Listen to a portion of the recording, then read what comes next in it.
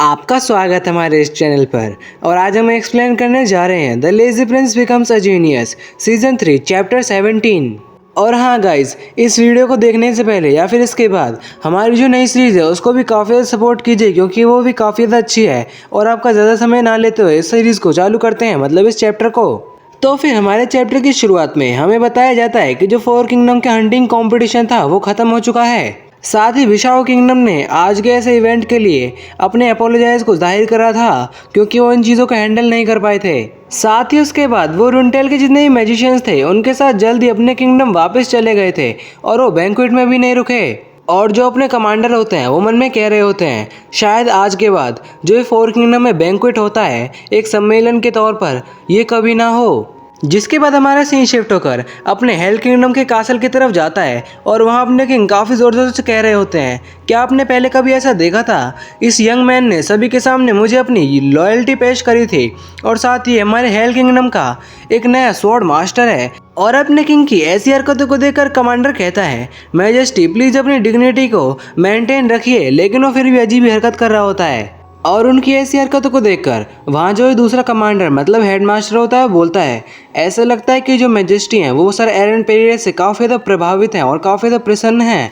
तो उसके फादर मतलब एरन के फादर कह रहे होते हैं, ये काफ़ी ज़्यादा खुशी की बात है मेरे लिए कि मेरे बेटे से मैजेस्टी काफ़ी ज़्यादा प्रभावित हैं। साथ ही वो बंदा अपने मन में कह रहा होता है, मैं सच में काफ़ी ज़्यादा सरप्राइज हो चुका था उस समय जब सर एरन पेरेरा ने इन्फार्न्स लिक को आराम से सब्ज्यूट कर दिया था, मतलब उसे आराम से ही वश में कर लिया था। और मैं उस डुअल को तो कंपेयर कर ही नहीं सकता, वो बिल्कुल अलग ही लेवल पर थी। और तो और मुझे ऐसा लगता है कि जो सर एरन पेरेरा हैं वो सिर्फ मास्टर लेवल पर ही नहीं हैं, सर एरन पेरेरा तो पहले से मास्टर लेवल से ऊपर हैं, वो the mid level of the master swordsman हैं।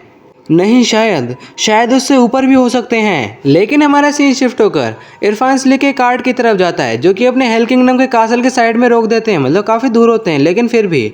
और उसके बाद वो नीचे रख देते हैं। फिर हमें अंदर का सीन दिखाया जाता है जहाँ की काफ़ी सारी लड़कियाँ डरी पड़ी होती हैं, और कोई गंदी गंदी गाली दे रहा होता है अपने एरन को। फिर हमें पता लगता है वो अपना इरफान स्लिक होता है, जो कि कह रहा होता है, आखिरकार तुम्हारी हिम्मत कैसे हो गई मुझे उस तरह से ह्यूमिलेट करने की? मैं तुम्हें बिल्कुल ख़त्म कर दूंगा, बस एक बार रुक जाओ। तुम्हें क्या लगा था, क्या मैं सिर्फ ऐसे ही खड़ा रहूँगा? और वो कुछ मैजिक से बनाने लगता है। साथ ही उसके साथ वो कह रहा होता है, एरन पेरेरा तुमने किसी गलत इंसान के साथ पंगा ले लिया है। जिसके साथ ही वो एक डार्क ग्रीन कलर का मैजिकल बॉल को बना देता है, और वो कह रहा होता है, मैं ये मेक श्योर करूँगा कि तुम फुल रिस्पेक्ट के साथ उस चीज़ को पे करोगे जो चीज़ तुमने मेरे साथ करी है। लेकिन तभी उसको खून की उल्टी आने लगती हैं, और वो खून उसके हाथ पर गिर जाता है। और उसे देखकर वो कह रहा होता है, इस मैजिक स्पेल को करते समय मेरे शरीर पे सच में काफ़ी ज़्यादा ही दबाव पड़ रहा है, लेकिन मुझे इससे कोई फ़र्क नहीं पड़ेगा अगर उसे थोड़ा निराशा महसूस हो जाए या उसके कोई दिक्कत कर सकूँ मैं। जिसके साथ ही वो काफ़ी ज़्यादा एवल स्माइल दे रहा होता है, और उसमें से काफ़ी ज़्यादा ग्रीन एनर्जी निकलने लगती है। और वो कह रहा होता है, चलो देखते हैं क्या तुम फिर भी काफ़ी ज़्यादा प्राउड महसूस करोगे जब तुम्हारे फादर मेरे सामने होंगे। जिसके साथ ही वो किसी एनर्जी बॉल को आगे की तरफ भेज देता है और कहता है, चलो जाओ उसे बीच में से काट के रख देना। और जो एनर्जी होती है उसका एक चेहरा होता है, साथ ही वो कह रहा होता है कि उसकी आत्मा को मेरे पास लेकर आओ। जिसके बाद ही जो वो एनर्जी होती है वो उसके कार्ट में से निकलकर अपने किंगडम की तरफ बढ़ने लगती है। जिसके थोड़े समय बाद वो किंगडम की तरफ चले जाती है, और वहाँ खिड़की के सामने 2 बंदे होते हैं जो कि बात कर रहे होते हैं। जब नज़दीक में जाते तो हमें पता लगता है कि उनमें से एक बंदा अपने एरन के फादर होते हैं। लेकिन जब वो अपने एरन के पास जा ही रहा होता है, उसी बीच में अपना एरन आ जाता है और उसे पकड़ लेता है। साथ ही मन में कह रहा होता है, मैंने इसे पकड़ लिया, मैंने इसको महसूस तो नहीं किया था, लेकिन सच में इसमें काफ़ी इनक्रेडिबल डार्क एनर्जी महसूस हो रही थी, जो कि सच में काफ़ी ज़्यादा है। लेकिन रुको, जो ये मैजिकल एनर्जी थी ये तो मेरे फादर की तरफ बढ़ रही थी, क्या इसका मतलब ये ऐसा हो सकता है? लेकिन उसी वक्त हमें अपने इरफान स्लिक की तरफ दिखाया जाता है, जो कि काफ़ी ज़्यादा शौक होता है और बोलता है, ऐसा कैसे हो सकता है? उसने सिर्फ बेयर हैंडेडली मेरे मैजिक को अपने हाथों से पकड़ लिया। फिर अपने एरन के नेकलेस को दिखाया जाता है हमें, वो थोड़ा सा ग्लो करता है, जिसके बाद वो अपने इरफान स्लिक के मैजिक को सोख लेता है। और अपना एरन उसको देखने के बाद बोलता है, क्या जो ये डार्क एनर्जी थी ये वैनिश हो चुकी है? क्या जो 5 एलिमेंटल जो मेरा ये नेकलेस है क्या इसने इसे ख़त्म कर दिया है? लेकिन तभी अपना एरन काफ़ी ज़्यादा शॉक हो जाता है और मन में कहता है, नहीं। और हम देखते हैं वहाँ से काफ़ी ज़्यादा डार्क एनर्जी रिलीज हो रही होती है। उसे देखने के बाद अपने एरन मन में कह रहा होता है कि अभी ये सब चीज़ ख़त्म नहीं हुई है। दूसरी तरफ जो इरफान स्लिक होता है वो काफ़ी ज़्यादा रो रहा होता है और कह रहा होता है, ऐसा नहीं हो सकता है, तो बिल्कुल इम्पॉसिबल है, मेरा मैजिक ऐसा नहीं हो सकता। और साथ ही जब इरफान काफ़ी ज़्यादा रो रहा होता है तो उसको कुछ बाहर से सेंस होता है, जिसके साथ ही जब वो सामने देखता है तो बाहर से आवाज़ आ रही होती है, रुक जाओ, अंदर मत जाओ, अंदर कुछ दिक्कत हो सकती है वरना तुम्हें। और अपने इरफान मन में सोच रहा होता है आखिरकार ये क्या है, लेकिन उसी वक्त उसके कार्ड को तोड़कर अपने एरन बहुत ज़ोर से अंदर आता है उसे पीटने के लिए। और अपने एरन को अचानक से वहाँ आता देख इरफान काफ़ी ज़्यादा ही घबरा जाता है। उसे देखने के बाद अपने एरन बहुत ज़्यादा गुस्से में और अजीब से निराशा में अपने मन में कह रहा होता है ऐसा नहीं हो सकता। और अपना एरन इरफान स्लिक को देखकर अपने मन में कह रहा होता है कि ये कैसे पॉसिबल हो सकता है, इस पर्सन को तो डिमोनिक एनर्जी ने रिकवर नहीं करा है, साथ ही ये कोई डीमन भी अभी के लिए नहीं बना है, लेकिन फिर भी और इसमें सच में काफ़ी ज़्यादा टेरिफाइंग डिमोनिक ऑरा एमिट हो रहा है। और हम देखते हैं कि इरफान स्लिक के पीछे एक डिमोनिक फेस बना पड़ा होता है। उसे देखने के बाद अपने एरन काफ़ी शौक हो जाता है, साथ ही वो मन में कह रहा होता है ये बंदा सच में काफ़ी ज़्यादा ही डेंजरस पर्सन है। उसके साथ ही अपने एरन अपनी डिवाइन मतलब ब्लेड को निकाल लेता है, मतलब स्वॉर्ड को, और वो कह रहा होता है कि अगर मैंने इसे जीने दिया तो सच में काफ़ी ज़्यादा बेकार बात हो जाएगी। लेकिन उसी वक्त इरफान स्लिक सच में काफ़ी ज़्यादा घबराते और डरते हुए कह रहा होता है मैं गलत था, मैं कभी भी तुम्हारे लव्ड वंस मतलब तुम्हारे कोई भी प्यारे इंसानों को, तुम्हारी फैमिली, तुम्हारे फ्रेंड्स और तुम्हारे भाई बहनों किसी को भी कोई नुकसान नहीं पहुंचाऊंगा। मैं सच में काफ़ी ज़्यादा गलत था, आज के बाद मैं तुम्हारे कभी भी आसपास भी नहीं भटकूंगा। और वो अपने एरन के सामने झुका पड़ा होता है, साथ ही वो कह रहा होता है प्लीज़ मुझे इस बार जाने दो प्लीज़। और ऐसी बात सुनकर अपना एरन काफ़ी ज़्यादा परेशान हो जाता है। उसे कुछ समझ नहीं आ रहा होता कि उसे क्या करना चाहिए, क्योंकि वो किसी बंदे को पहली बार मारेगा। लेकिन इरफान स्लिक तभी कहता है प्लीज़ मुझे बख्श दो, सिर्फ इस बार मुझे जाने दो। और उसकी इस शक्ल को देख करते यार मैं भी उसे यहीं मार देता। लेकिन अपने एरन काफ़ी ज़्यादा घबरा जाता है और उसको कुछ समझ नहीं आ रहा था। लेकिन तभी वो काफ़ी ज़ोर से चिल्लाता है इरफान स्लिक, और उसमें से काफ़ी ज़्यादा अमाउंट में और बाहर आ रहा होता है गोल्डन कलर का। साथ ही वो काफ़ी ज़ोर से चिल्लाते हुए कह रहा होता है तुम्हारी ट्रिक्स मेरे ऊपर बिल्कुल काम नहीं करेंगी, साथ ही जो मेरे आसपास होते हैं उनके ऊपर भी। और हाँ, इस चीज़ को कभी सोचना भी मत कि तुम ऐसा कभी करोगे दोबारा। इस बात को हमेशा ध्यान रखना कि आज क्या हुआ है, और साथ ही इस बात को ध्यान रखना कि मैं कौन हूँ। और सच में अपने एरन इसमें काफ़ी ज़्यादा बैडस लग रहा होता है। जिसके बाद अपने एरन वहाँ से जाने लगता है उस कैरेज में से, और वहाँ जितने बंदे होते हैं अपने एरन से कोई भी कुछ नहीं कहता। और थोड़े समय बाद अपने एरन जंगल से वहाँ धीरे धीरे जा रहा होता है। साथ ही वो मन में सोच रहा होता है क्या एक सबसे बेस्ट तरीका था उसको इस सभी बातों को समझाने का, या फिर मैंने गलत करा है, क्या मैंने सही करा था कि उसे सिर्फ छोटी मोटी धमकी दे दी, और क्या वो इससे सही रहेगा। उसके साथ ही अपने एरन रुक जाता है और वो कहता है क्या ये सही है कि मैं एक ह्यूमन को सज़ा दे रहा हूँ ना कि किसी डीमन को। जिसके बाद अपने एरन कुछ पिछली बातों को याद कर रहा होता है। जब वो कुंवर के फादर उससे कुछ पूछते हैं एरन क्या मैं तुमसे एक बात पूछ सकता हूँ, जब तुमने हीरो के पाथ को चूज़ कर ही लिया है तो तुम्हारे पर एक जिगरा होना चाहिए, तुम्हारे पर एक डिज़ायर होना चाहिए कि तुम्हारे सामने जो कुछ भी आएगा तुम उसे काट सकते हो। अपने एरन बोलता है मुझे माफ़ करना लेकिन मैं आपकी बातें समझा नहीं। तो कुंवर के फादर बोलते हैं तुम्हें क्या लगता है कि एक दुनिया जहाँ सब के सब बहुत ज़्यादा हैप्पीली खुश रहते हैं और उसमें क्या ईवलनेस और जो डीमन है वही बुराई होती होगी, तो क्या फिर तुम उससे भी किसी बड़ी चीज़ को करने के लिए तैयार हो एरन? तो क्या तुम एक समय आने पर किसी इंसान को भी काट सकते हो? तो अपने एरन उसके जवाब में कुछ भी नहीं कह रहा होता है, बिल्कुल शांत खड़ा हो जाता है। जिसके बाद हमारा प्रेजेंट टाइम में सीन शिफ्ट होकर एरन को दिखाया जाता है जो कि वहाँ भी बिल्कुल शांत खड़ा होता है। साथ ही वो मन में कह रहा होता है मैं जानता हूँ कि अगर मैं इतना ताकतवर नहीं होता कि मैं इरफान के मैजिक को संभाल पाता तो वो मेरे फादर को काफ़ी ज़्यादा चोट पहुँचा सकता था, लेकिन फिर भी मैंने हेजिटेट करा जस्ट बिकॉज इरफान स्लिक एक ह्यूमन है ना कि कोई डीमन। अगर इरफान स्लिक अपने जान की भीख ना मांगता तो मैं, और हम देखते हैं अपने एरन के जो हाथ होते हैं सच में काँप रहे होते हैं। साथ ही उसका मुंह भी बन चुका होता है, वो काफ़ी ज़्यादा परेशान लग रहा होता है। वो कहता है तो क्या मैं उसे सच में काट पाता। जिसके बाद हमारा सीन शिफ्ट होकर गावीर फॉरेस्ट ईस्टर्न कॉन्टिनेंट की तरफ जाता है जहाँ एक खतरनाक सा डीमन सब कुछ तबाह करते हुए जा रहा होता है जो कि एक सुअर की शक्ल का लग रहा होता है, जंगली सुअर। साथ ही वो जाते हुए कह रहा होता है मैं थक चुका हूँ ऐसे मॉन्स्टरों से मिल कर, अब मुझे कुछ ऐसे लोग चाहिए जो कि मुझे डिफरेंट फील दे सकें। उसके साथ ही वो वहाँ से जाने लगता है, लेकिन तभी कोई उससे कहता है मुझे लगता है कि मुझे तुम्हारी डिज़ायर को फुलफिल करना होगा, तुम्हें एक ह्यूमन चाहिए। और जब वो मॉन्स्टर पीछे मुड़कर देखता है तो वहाँ क्लाउन डीमन होता है। क्लाउन डीमन कह रहा होता है कि तुम्हें भी बाहर नहीं जाना चाहिए इस फॉरेस्ट के, क्योंकि जो होली किंगडम्स के जो नाइट्स हैं वो सभी डीमंस को मार रहे हैं। और अगर तुम बाहर जाओगे तो मैं किसी प्रॉब्लम में पड़ सकता हूँ। समय आने पर मैं तुम्हें बाहर जाने दूंगा। लेकिन उसी वक्त जो डीमन होता है वो अपने क्लाउन डीमन के ऊपर अटैक करने वाला ही होता है, और जैसे वो ऐसा करने वाला ही होता है उसी समय जो क्लाउन डीमन होता है वो अपनी पावर की वजह से उसके सर को ही फोड़ देता है। जिसके बाद वो खड़ा हो जाता है, साथ ही कह रहा होता है ये तो एक इनकम्प्लीट फूल था, और वो अपने हाथ को देखकर कह रहा होता है वैसे ये इतना ज़्यादा बुरा भी नहीं था, और वो काफ़ी ज़्यादा मुस्कुरा रहा होता है। जिसके बाद वो अपने हाथ को देखता है और बोलता है मैं अभी भी अपनी फुल रिकवरी से सच में काफ़ी ज़्यादा ही दूर हूँ, लेकिन ये फिर भी इतना बुरा नहीं है।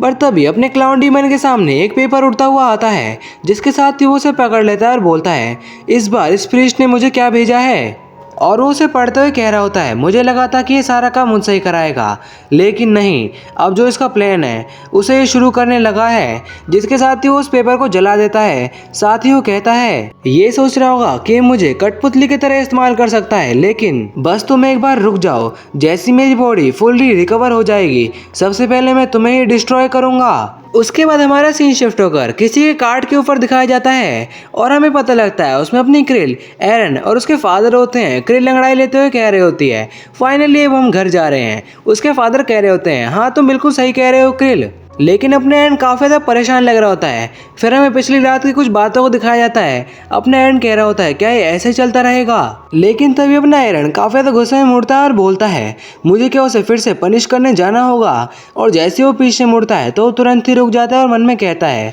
मुझे इसके बारे में केयरफुली सोचना होगा कि मुझे उस पर्सन को अभी मैं पनिश तो कर दूँ, लेकिन क्या उसके बाद के परिणाम मैं संभाल सकता हूँ, क्योंकि अब मेरे जो एक्शंस हैं वो होली किंगडम और मेरे परिवार के लिए काफ़ी ज़्यादा बेकार हो जाएंगे अगर मैं आगे कुछ करूँगा तो। और मुझे आगे अब क्या करना चाहिए। उसके साथ ही अपने एंड काफ़ी ज़्यादा शांत हो जाता है, और वो इग्नाइट के बारे में सोचते हुए कह रहा होता है अगर यहाँ इग्नाइट होती तो यहाँ कुछ अलग होता क्या। और वो काफ़ी ज़्यादा निराश हो चुका होता है उस समय। लेकिन अपनी क्रिल बोलती है बाय द वे भैया लास्ट नाइट आप कहाँ चले गए थे, क्योंकि सभी के सभी लोग मुझसे पूछ रहे थे कि आप कहाँ गए हो, और मेरे पास कुछ जवाब नहीं था और सच में मैं काफ़ी ज़्यादा घबरा चुकी थी। लेकिन अपने एरन बोलता है दरअसल मैं थोड़ा ज़्यादा चक्कर से आने लगे थे तो इसलिए मैं थोड़ा बहुत बाहर घूमने चला गया था। तो अपनी क्रिल बोलती है अरे मैं काफ़ी ज़्यादा परेशान हो गई थी इसलिए मुझे हमेशा पहले बता दिया करो। तो अपने एरन बोलता है हाँ मैं समझ गया। उसके कहने के साथ ही अपने एरन मन में कहता है मैं इनको कल की बातों को मेंशन नहीं कर सकता, क्योंकि अगर मैं ऐसा करूँगा तो ये सच में काफ़ी ज़्यादा चिंता करने लगेंगे। लेकिन जो अपने एरन के फादर होते हैं वो अपने एरन की ऐसी हालत को देखकर कुछ सोच रहे होते हैं, लेकिन उसी के साथ अपने एरन को वो बुलाते हैं। तो अपने एरन बोलता है यस फादर। तो उसके फादर बोलते हैं क्या ऐसा हो सकता है कि तुम मैरिज के बारे में सोच रहे हो एरन। अपने एरन और क्रिल सच में काफ़ी ज़्यादा शौक हो जाते हैं और बोलते हैं क्या। जिसके बाद उसके फादर बताते हैं जब कल तुम मैजेस्टिक किंग के साथ थे तो हम देखते हैं कि जो किंग होता है वो बोलता है कितनी ज़्यादा बेकार बात है, कितनी ज़्यादा शर्म की बात है, अगर मेरे पास कोई मेरी प्यारी बेटी होती तो मैं उससे तुम्हारी शादी करा देता। और वो बता रहे होते हैं उस समय जब तुम उनके साथ थे तो जो कोलियन किंगडम साथ ही जो सोनान किंगडम थे उन्होंने हमारे पास मैरिज प्रपोजल भेजे थे, और मैंने बेशक भी ये सोचा था कि तुम्हारी राय इसमें सबसे महत्वपूर्ण है, इसीलिए मैंने उन दोनों को ठुकरा दिया। लेकिन फिर भी फ्यूचर में हमें अपने पड़ोसी देशों से काफ़ी सारे रिक्वेस्ट ऐसे ही आया करेंगे, तो इसके बारे में तुम क्या सोचते हो एरन। लेकिन अपने एरन कोई जवाब नहीं दे पा रहा होता, साथ ही वो कुछ कहने वाला होता है लेकिन उसको कहने में हिचक रहा होता है। तभी उसके फादर बोलते हैं क्या इसका मतलब ये है कि तुम्हारे मन में पहले से ही कोई इंसान है। तो अपने एरन काफ़ी ज़्यादा शर्माते हुए कह रहा होता है हाँ। तो उसके फादर कहते हैं क्या ऐसा हो सकता है कि वो लिंसे परिवार का कोई सदस्य हो जिसके बारे में पहले आपने मुझे बताया था। तो अपने एरन उसको सुन के काफ़ी शौक हो जाता है लेकिन कुछ कहता नहीं है। तो अपनी क्रिल कहती है सच में मेरे फादर सच में काफ़ी ज़्यादा समझदार हैं। जिसके बाद हमारा सीन शिफ्ट होकर कुछ दिनों के बाद दिखाया जाता है। फिर हमें पता लगता है कि वो तीनों अपने घर वापस पहुंच चुके होते हैं, और वो जैसे ही अंदर बढ़ने वाले होते हैं तुरंत ही अपना मार्कोस गेट को खोलता है और बोलता है यंग मास्टर आप वापस आ चुके हो, आपके कुछ गेस्ट आए हैं जो कि यहाँ काफ़ी ज़्यादा अच्छे तरीके से रह रहे हैं। तो अपने एरन बोलता है क्या कोई गेस्ट। लेकिन उसी के साथ अपना मार्कोस काफ़ी ज़्यादा शौक हो जाता है और बोलता है रुको, और अंदर से आवाज़ आती है रू जल्दी से उसे रोको।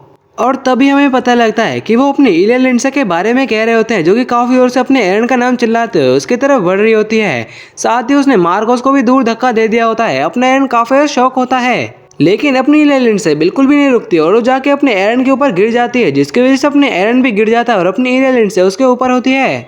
जिसके बाद वो दोनों उठ जाते हैं और साथ ही अपने एरन इलिया लिंडसे से बोल रहा होता है, इलिया आखिरकार तुम यहाँ कैसे आए। और साथ ही अपनी इलिया लिंडसे काफ़ी ज़्यादा स्वीट वे में अपने एरन से कह रही होती है, तुमने कहा था कि मुझे काफ़ी ज़्यादा पसंद होगा कि अगर तुम आओगे, है ना। और अपनी इलिया लिंडसे की ऐसी हरकतों को देखने के बाद अपने एरन मन में कहता है, मुझे लगता है कि इलिया लिंडसे ने ड्रिंक करा है और वो अपने होशो हवास में नहीं है, उसे नहीं पता कि वो क्या कर रही है। और फिर हम अंदर देखते हैं जहाँ अपना ब्रैट लॉयड नशे में धुत होकर नीचे गिर चुका होता है और वो बोल रहा होता है, रूरू मुझे लगता है कि मैं लेट हो चुका हूँ। अपनी रूरू भी बिल्कुल नशे में होती है और वो बोलती है, हाँ तुम लेट हो गए हो ब्रैट लॉयड। और इन दोनों की ऐसी हालत देखकर अपने एंड बोल रहा होता है, ब्रैट रूरू आखिरकार अंदर क्या हुआ है, बताओ ना जरा। लेकिन अपनी इलिया लिंडसे ने अपने एरन की गालों को पकड़ लिया होता है। साथ ही वो बोल रही होती है, तुम कहाँ देख रहे हो, सिर्फ मेरी आंखों में देखो, सिर्फ मुझे देखो एरन। और अपने एंड सच में काफ़ी शर्मा रहा होता है। और इसको कहने के बाद अपनी इलिया लिंडसे को हमें दिखाया जाता है जो कि काफ़ी नशे में होती है। और हाँ, मैं इसके बारे में आगे कुछ नहीं कहूँगा। जिसके बाद वो ऐसे देखने के बाद अपने एरन के ऊपर ही सो जाती है। अपने एरन बोलता है, इलिया, साथ ही वो काफ़ी शर्मा रहा होता है। और हाँ गाइज, इसमें जो सबसे अजीब बात है वो ये है कि उसके फादर भी उस समय वहीं होते हैं, मतलब अपने एरन के फादर। और वो बोल रहे होते हैं, मैंने जितना सुना था ये उससे काफ़ी ज़्यादा आउट गोइंग है, मतलब काफ़ी ज़्यादा मिलनसार है ये लड़की।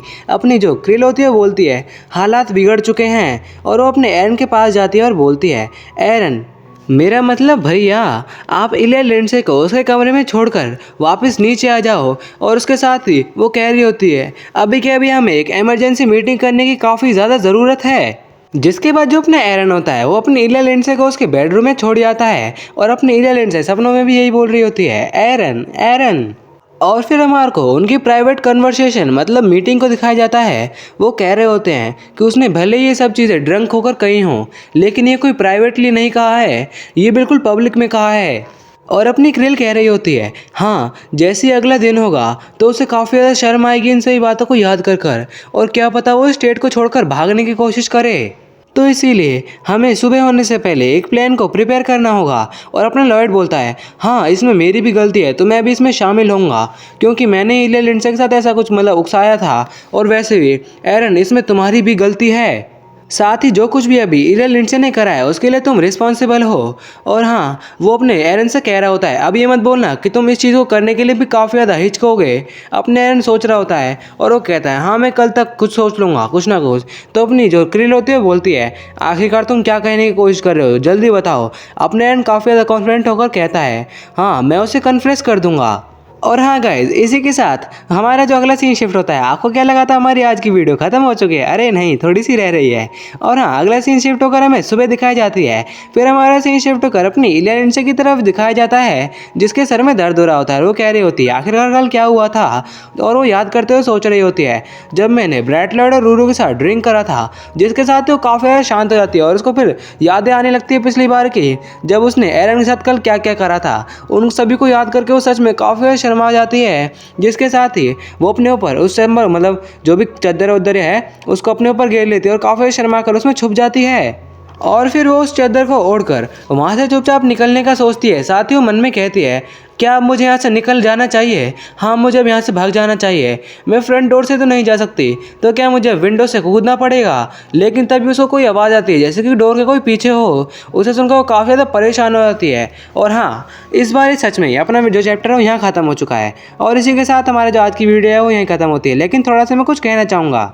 दरअसल बात कुछ ऐसी है कि ये सीरीज खत्म होने वाली है, इसीलिए मैंने एक और सीरीज चालू करी है। लेकिन उस सीरीज को मैं ढंग से कंटिन्यू नहीं कर पा रहा क्योंकि मेरे पास कुछ वैलिड रीजंस हैं। आप सच में उनको मानोगे क्योंकि 28 तारीख से मेरे पेपर आने वाले हैं, मतलब यूटी। उनको आप समझ सकते हो और उसके लिए मैं थोड़ा प्रिपेयर कर रहा हूँ क्योंकि मैंने कुछ नहीं पढ़ा, तो उसी के लिए मैं रिविजन कर रहा था। इसीलिए थोड़ी लेट वीडियो आती है। इसलिए गाइज प्लीज़ उसके लिए थोड़ा बुरा मत सोचना। और हाँ, इस वाली जो वीडियो है आज की थोड़ी स्पेशल थी और ये वैसे आपको भी लगा होगा, तो इसीलिए आज की जो वीडियो है इस पे हम 100 कमेंट का मतलब गोल रखते हैं। वैसे काफ़ी ज़्यादा है हमारे लिए, लेकिन फिर भी एक बार कोशिश तो करके देखेंगे ना कितने आते हैं। आप पे तो काफ़ी ज़्यादा भरोसा है। तो इसी के साथ जो हमारी आज की वीडियो है वो यहीं ख़त्म होती है। Okay, bye.